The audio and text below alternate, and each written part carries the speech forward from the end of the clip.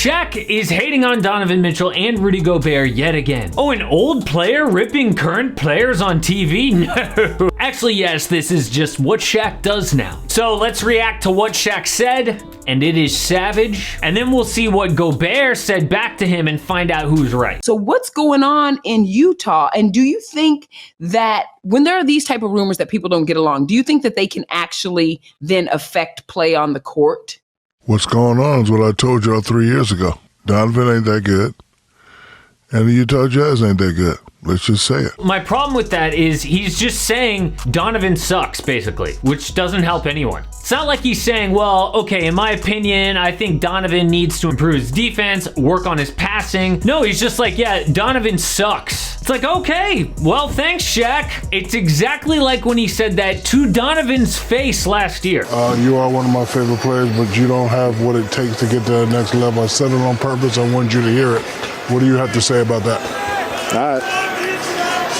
Exactly. It's like, okay, thanks for the input, man. I think Shaq just wants to remind everyone how great he was. And he does that by putting down current players. Just look at his IG post after he got backlash for that Donovan Mitchell interview. Shaq said, "This is what greatness at the guard position looks like. You know I know what the best looks like. Hashtag don't have to hate. Y'all know I got G14 classification to say what I say." Okay, so basically, I won rings with Hall of Famers, so don't question anything I say. It's the same thing his insecure self says to Chuck every time they disagree. How many rings you got? How many rings you gonna be remembered for? That's what I thought. I got 3 finals MVP, Chuck. Because you Google me, Chuck. Everybody Google me, Chuck. You see that? Google me. Okay, he's not wrong. It's just like the way he says it. It's so insecure. Like every time Chuck says a joke about Shaq, he always responds with, well, I have 4 rings, so you're wrong. But then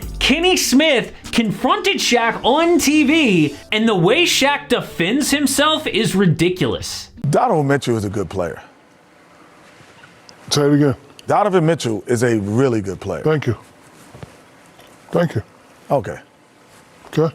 What? Am I missing something? When you say not that good, it gives the assumption that he's not really good. Okay, and then he's top 3 in this position. Listen, when I speak in our language. You want to be good, you want to be great. Like Chuck says, it's always the next level. He's really good, but it's time for him to go to that great level, and then greater than everybody else, and then one of the greatest to play the game. Okay. This is motivation talk. This ain't hate talk. I got G19 classification. It's not motivation. Like, nobody cares, Shaq. Donovan Mitchell doesn't need you to motivate him. I think Shaq thinks, oh, well, I was so great that my words are just that special. No, dude, you're on TV. We want you to actually analyze the game and analyze the players. That's what you get paid for.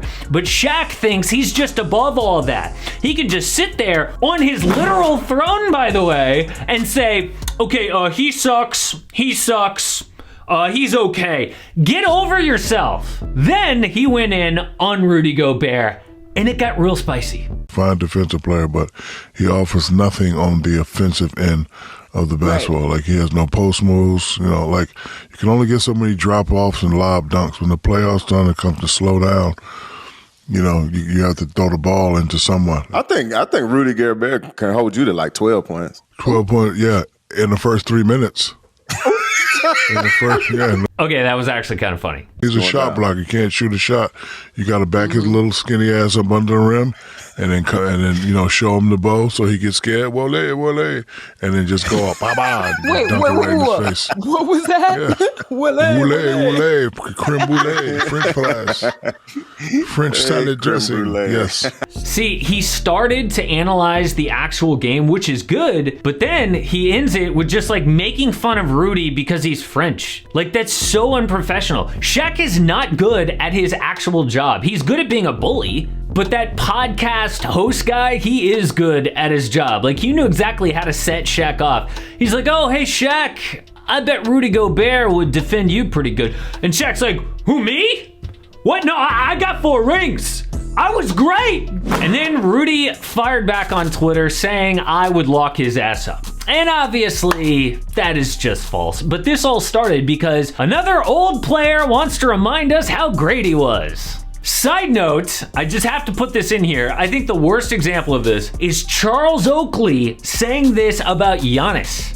I mean, I'm glad he's doing what he's doing now, but he definitely wouldn't. He'd been come on the bench back in the days.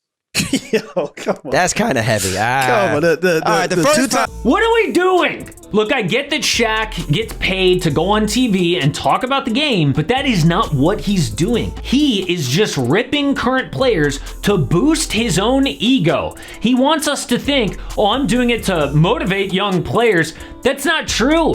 If he wanted to motivate Donovan Mitchell, he would send him a DM or he would ask him to go out to dinner and like talk with him one-on-one. That way it would boost Donovan's confidence and make him feel like I can do it. Instead, he goes on TV, says this stuff and kills Donovan's self-esteem. And by the way, I'm not being like soft by saying this. Like this beef is between them, right? But I'm just pointing out Shaq is lying. He's a hypocrite. He doesn't give a crap about Donovan Mitchell in his career. He's not trying to motivate him. That's just the excuse he uses to not look like an insecure jerk, which is who he is. If you want to see a guy who actually cared about young players, it was Kobe Bryant. If you type into Google Kobe Bryant mentor, you'll see a huge list of players that Kobe helped after he retired. Kyrie, Draymond, Jason Tatum, Trae Young, Giannis, Kawhi. There's a bunch of WNBA players and other sports. There's an awesome video online that shows Kobe running a basketball camp for current players so that he could bring them all in and teach them what he knows. That is why we saw so many current players in tears when Kobe passed. It wasn't just that they yelled Kobe in the driveway growing up, it's that he actually cared about them. That is how you leave a legacy. Can you imagine instead Kobe just reminding everybody how many rings he had all the time? That would make us think less of Kobe, not more of him.